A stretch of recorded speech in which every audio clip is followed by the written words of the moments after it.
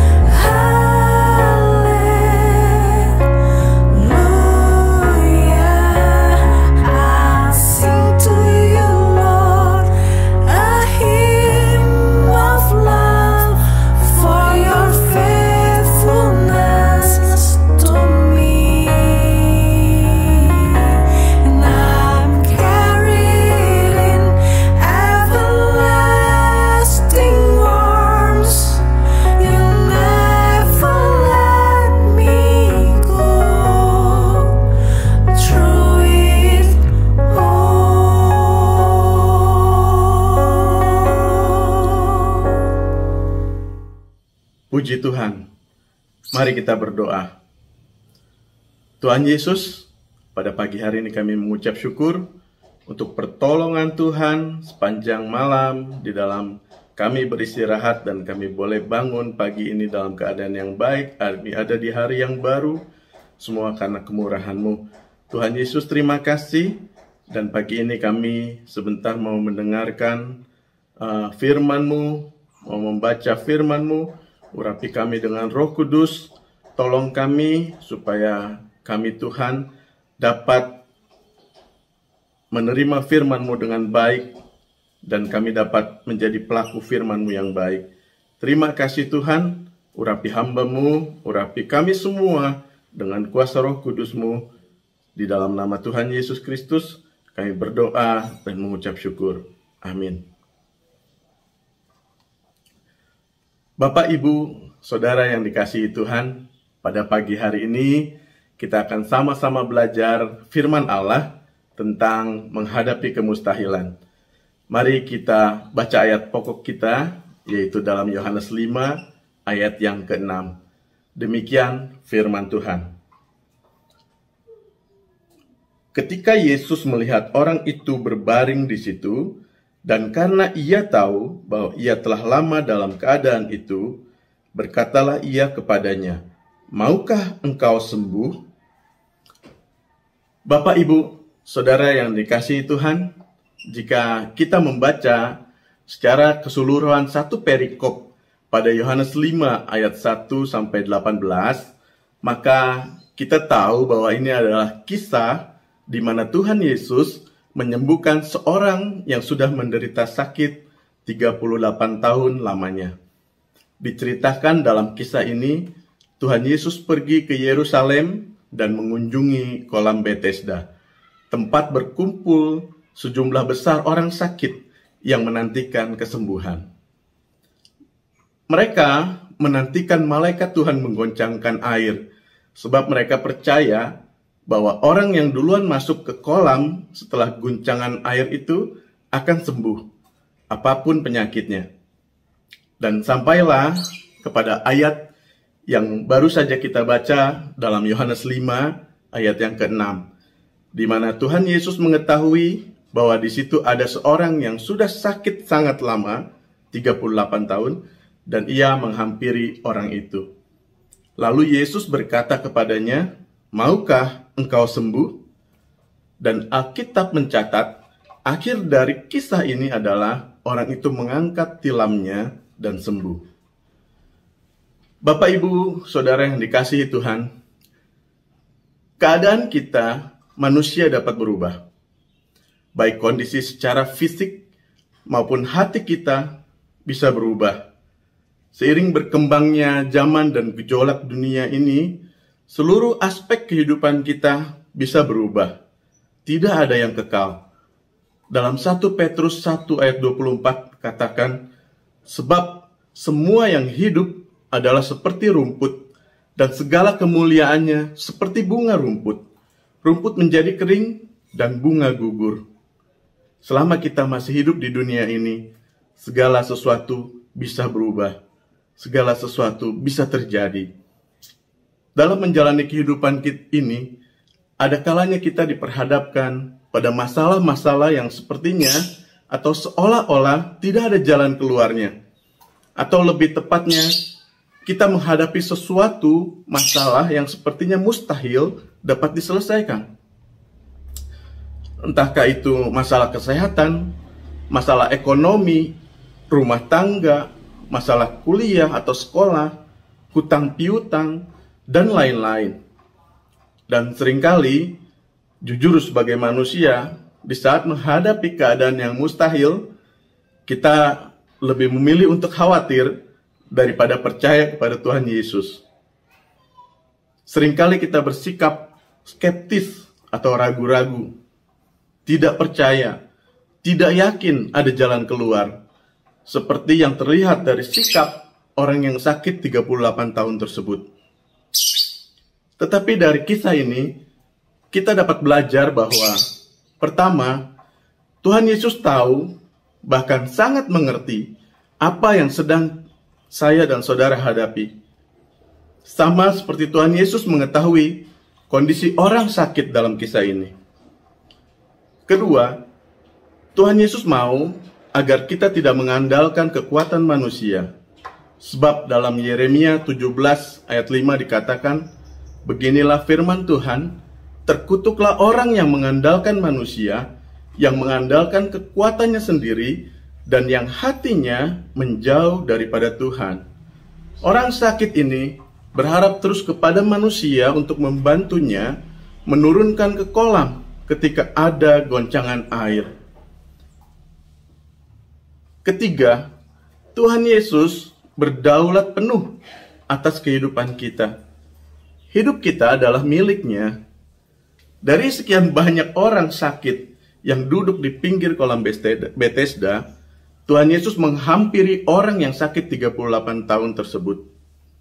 Karena Tuhan Yesus mau mengubah kutuk menjadi berkat. Dalam Yeremia 17 ayat 7 dikatakan, diberkatilah orang yang mengandalkan Tuhan, yang menaruh harapannya pada Tuhan.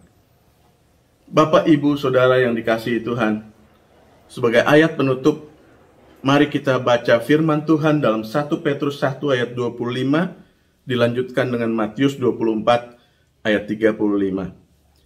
1 Petrus 1 ayat 25, tetapi firman Tuhan tetap untuk selama-lamanya. Inilah firman yang disampaikan Injil kepada kamu. Perhatikan, tetapi firman Tuhan tetap untuk selama-lamanya. Dalam Matius 24 ayat 35 berkata, langit dan bumi akan berlalu, tetapi perkataanku tidak akan berlalu. Perhatikan, tetapi perkataanku, perkataan Yesus tidak akan berlalu.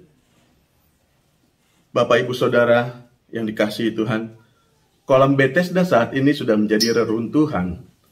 Airnya kering, mungkin tinggal genangan saja. Tidak ada lagi orang sakit berkumpul di sana. Tidak ada lagi malaikat yang turun untuk menggoncangkan air di kolam tersebut. Akan tetapi, perkataan Tuhan Yesus kekal, tetap berlaku, dan tetap berkuasa. Sama seperti Yesus berkata kepada orang sakit itu, maukah engkau sembuh? Mari kita menyambut dengan iman bahwa Tuhan Yesus juga menolong saya dan saudara dalam setiap persoalan yang kita hadapi. Sama seperti Yesus berkata kepada orang sakit itu, bangunlah, angkatlah tilammu, dan berjalanlah. Mari kita imani perkataan yang sama itu juga disampaikan Tuhan Yesus kepada kita. Terlepas dari kehendaknya yang absolut dan kedaulatannya yang atas hidup kita, mari kita tetap menjaga iman dan mengarahkan pandangan kita kepada Tuhan Yesus saja. Demikian firman Tuhan pada pagi hari ini. Mari kita berdoa. Tuhan Yesus, terima kasih kami boleh mendengarkan firman-Mu pada pagi hari ini. Biarlah Tuhan, apa yang sudah kami dengar, kami dapat merenungkannya, dan biarlah itu menjadi rema dalam hidup kami, membangun iman kami, agar kami tetap kokoh, kuat di dalam menghadapi kehidupan di dunia yang sementara ini Tuhan, agar kami Tuhan dapat mengatasi setiap permasalahan dengan bergantung kepadamu saja Yesus. Terima kasih Tuhan untuk firman-Mu pagi ini, dan sebentar kami akan kembali dalam seluruh aktivitas kami. Mari berkati apa yang kami kerjakan, mari berkati apa yang kami usahakan, jadikan kami berhasil, dan itu membawa kemuliaan bagi nama-Mu Tuhan. Terpujilah Engkau sekarang bahkan sampai selama-lamanya, dan kami berdoa serta mengucap syukur di dalam nama Tuhan Yesus Kristus. Amin. Selamat beraktivitas. Tuhan Yesus memberkati kita semua. Pimpinlah, oh Rohku.